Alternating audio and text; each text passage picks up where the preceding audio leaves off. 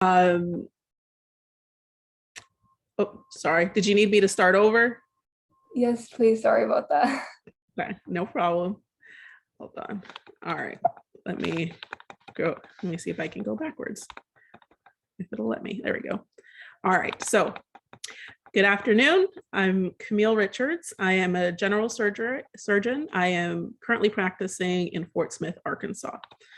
All right, so general surgery. For me, I practice what we call bread and butter general surgery, which is a lot of the time surgery on the GI tract, usually from the stomach to the colon, including the rectum, as well as soft tissue diseases and masses, and breast surgery. I treat breast cancer as a part of my practice.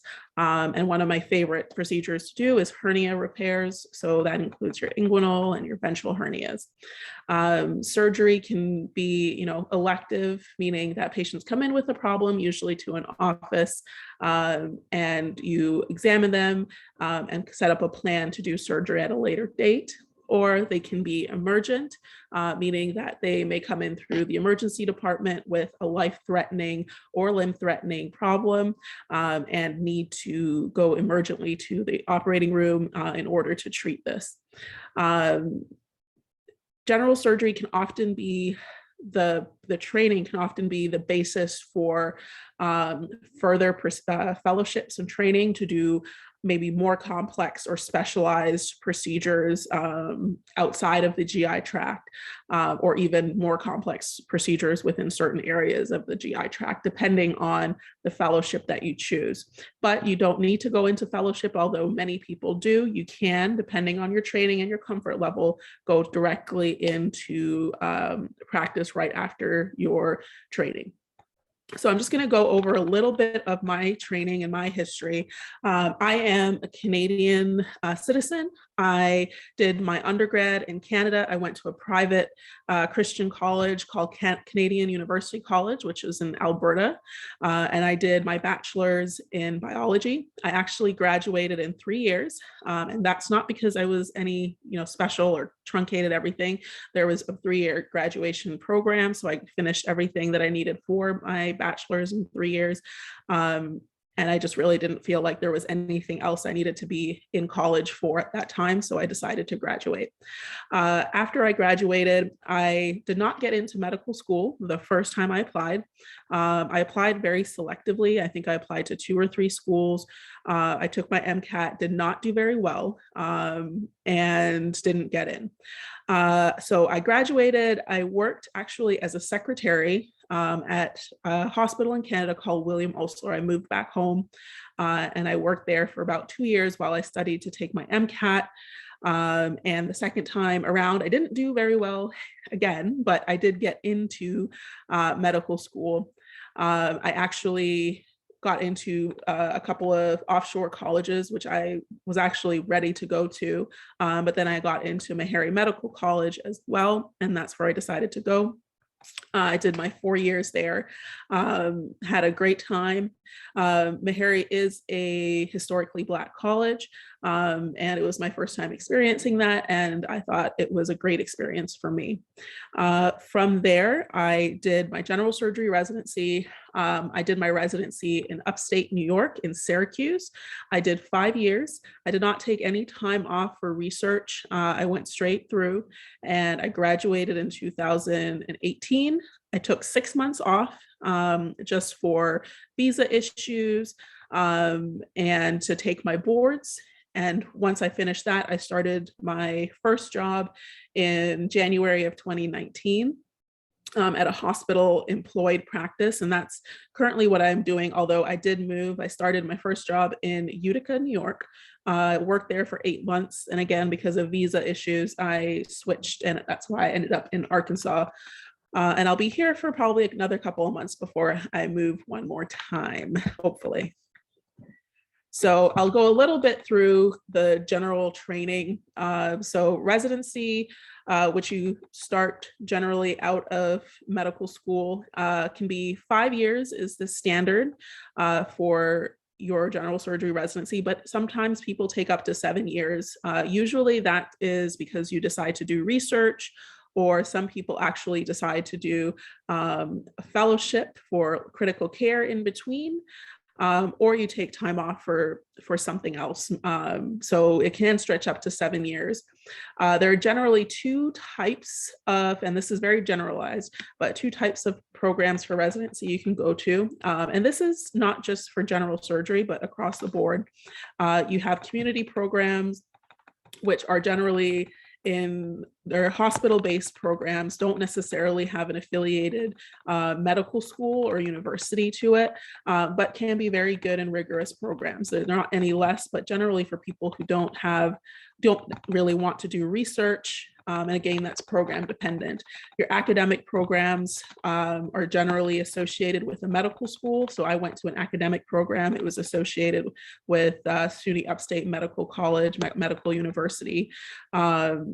And generally they have opportunities for research. They sometimes have fellows. I didn't have any fellows, which I think was a benefit, but they tend to have a little bit more options, as well as the people that want to do fellowships, especially competitive fellowships, generally will choose academic programs over community programs. Not to say it's not possible if you decide to go to a community program. Research in most residency programs, research is optional. Some places they are mandatory. Again, depends on where you choose to go. I did do some research. I didn't publish a whole lot. I started to do a little bit throughout my years. Again, I didn't take any time off. You can see kind of in this picture here, I was presenting a poster on a project that I worked on frailty. This was actually at the women's meeting. Sorry. And then of course, throughout residency, you operate. This picture down here was actually a cadaver lab that we did we did some operating on pigs, and we were working on our trauma exposures, which was really fun. And then just a random selfie. So after residency, you can choose to go into private practice or fellowship. There are several fellowship options. I kind of listed out some that off the top of my head that people go into. There are some also that have direct paths. And when I say direct paths, is that you don't necessarily have to do general surgery before them. Off the top of my head, vascular, cardiothoracic, plastics have their own paths where you can go right after medical school. And generally those are 5 to 6 year programs. You may have 1 or 2 years of working with general surgery to learn the basics, and then you focus on your specialty at that point.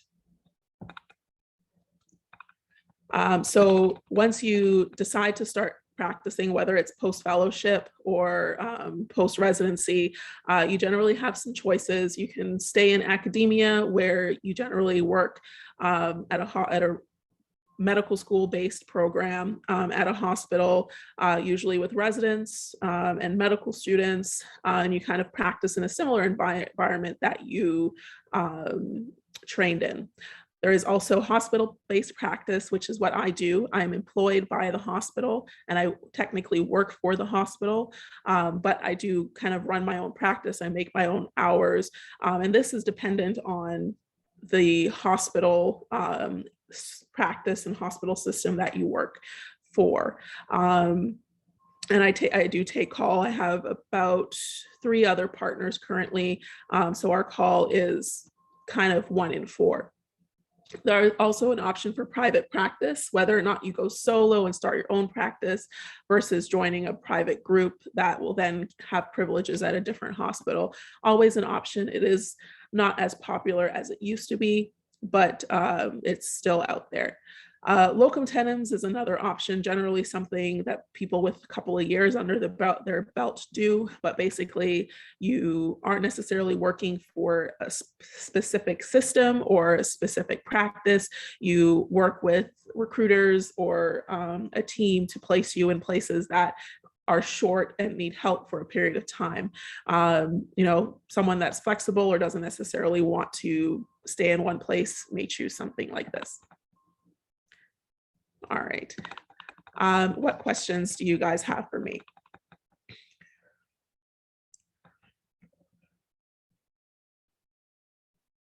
If anyone has questions, they can type in the chat and like any questions. Yeah, I can open up the chat if you like and see. I know you guys are going to put this on YouTube, so I didn't want to put my email and my phone number out there, but you can feel free to reach out to me on my Instagram.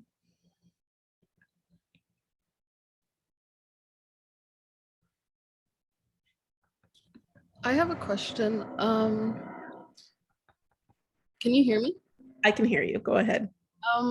So you said you're a Canadian, well, you're from Canada, and I'm from Ontario. Okay. And so I've been kind of thinking about maybe going to the US if I don't get into Canada, because I know it's a lot harder here, especially being in Ontario. It's very competitive.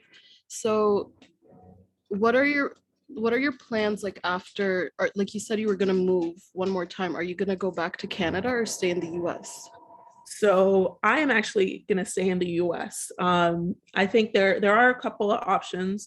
I can kind of tell you a little bit about my immigration, I guess, history. So I left for medical school. So I left in 2009 and I did a F1 student visa. And then did my J1, but did my residency on a J1. Now you can do your training on a J1 or an H1. And J1 generally comes with a return of service where you basically say that you're either going to return back to your home country and stay and do 2 years of your practice or your specialty there, and then you can come back or stay there, up to you, versus you can do 3 years in an underserved area, which is what I'm doing currently, and in the States, in the US, and that would fulfill your 2-year requirement. If you decide to do an H1, generally it's a lot easier because directly from an H1 you can do your green card. I chose to do a J1 just because of the program. That's where it was offering and that's what I wanted to do. Now, when I just looked at going back home, I saw that there was several challenges, especially with subspecialties that I didn't foresee. When I was training, there was a change in the Canadian setup, which basically blocked or made it, not to say blocked, but made it more difficult for you to do fellowship training unless it was under specific specialties, none of which I had any interest into going into. So that is why I went directly into practice and I ended up loving it. So I decided not to go back. Now it's to get back into Ontario, especially, they make it very difficult where you can't get licensed if you trained elsewhere unless you took the exams. So your, I think it's the MSSC, I can't remember the specific license, but the medical licensing exams, which are equivalent to our step 1, step 2 USMLE exams. So that part was very difficult to do unless you're willing to sit back through the exams. At my stage, I wasn't interested. If you think that you're going to go back or you really want to go back, I would plan to take those exams as you're studying for your step 1 and step 2, and try to find people in Canada that you can maybe communicate with and kind of give you some heads up as to the things to study for and the materials to study from.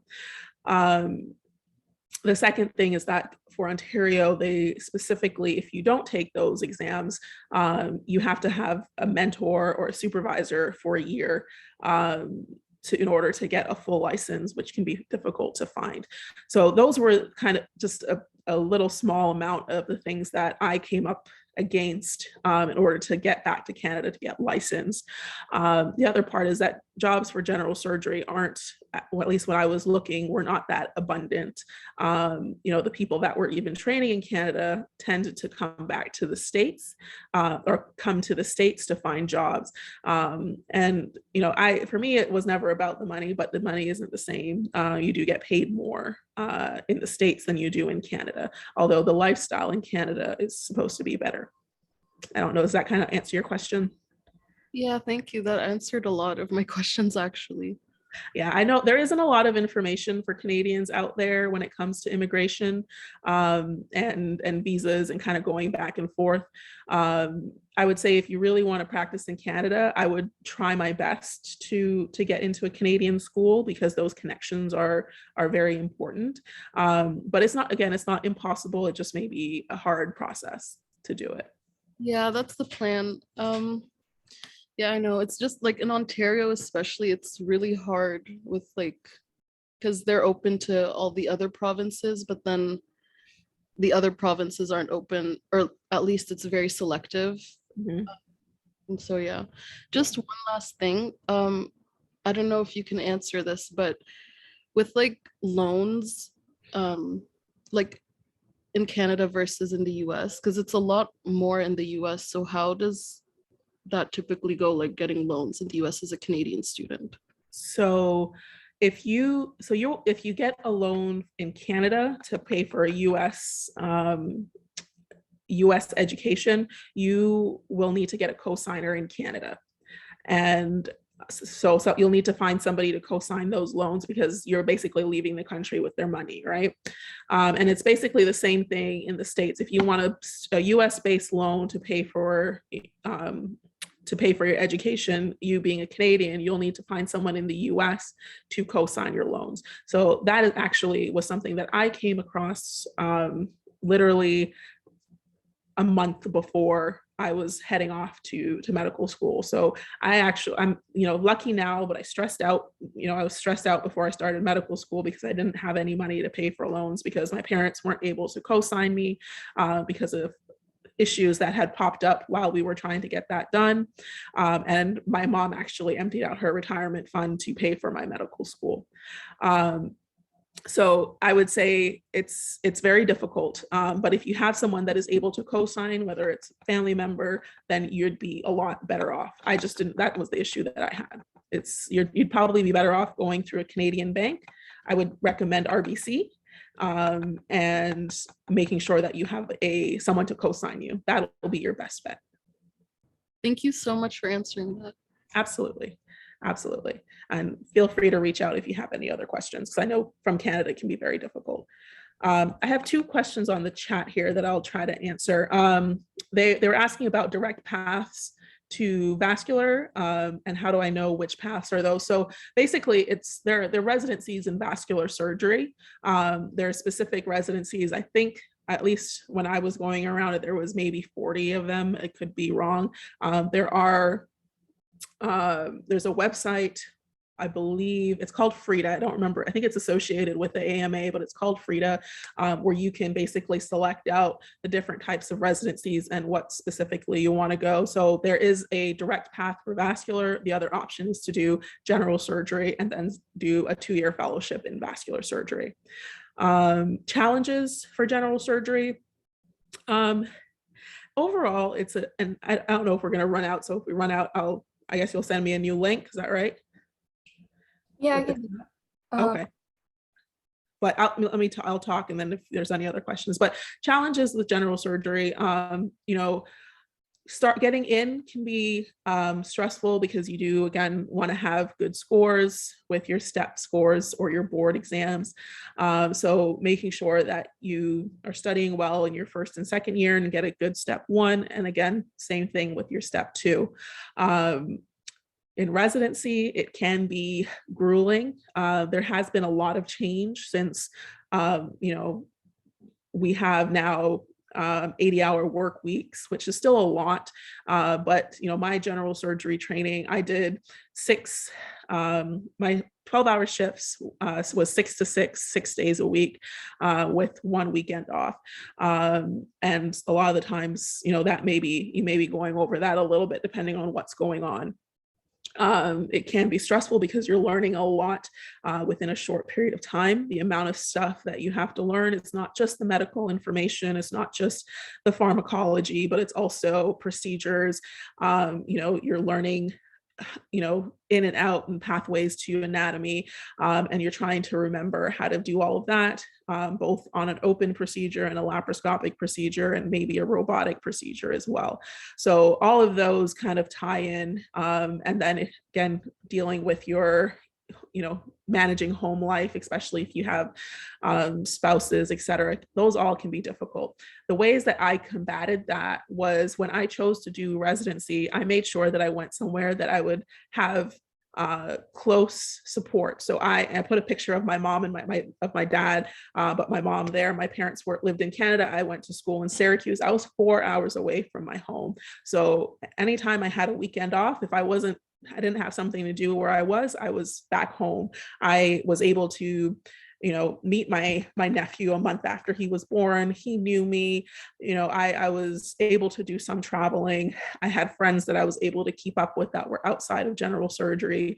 So I was able to build that structure around the grueling time and the stress of surgery.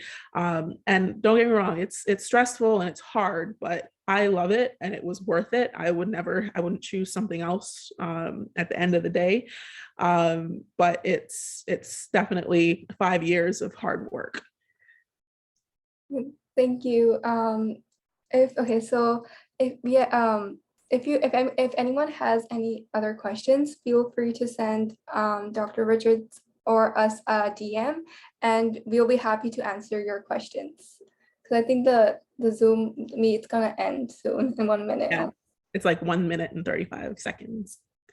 But thank you guys for coming, and I'm happy to answer any questions. Feel free to message me at any time. I'm always happy to answer any questions.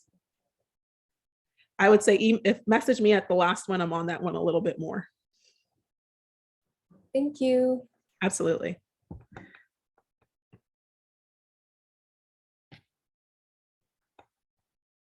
I'm gonna end the meet now.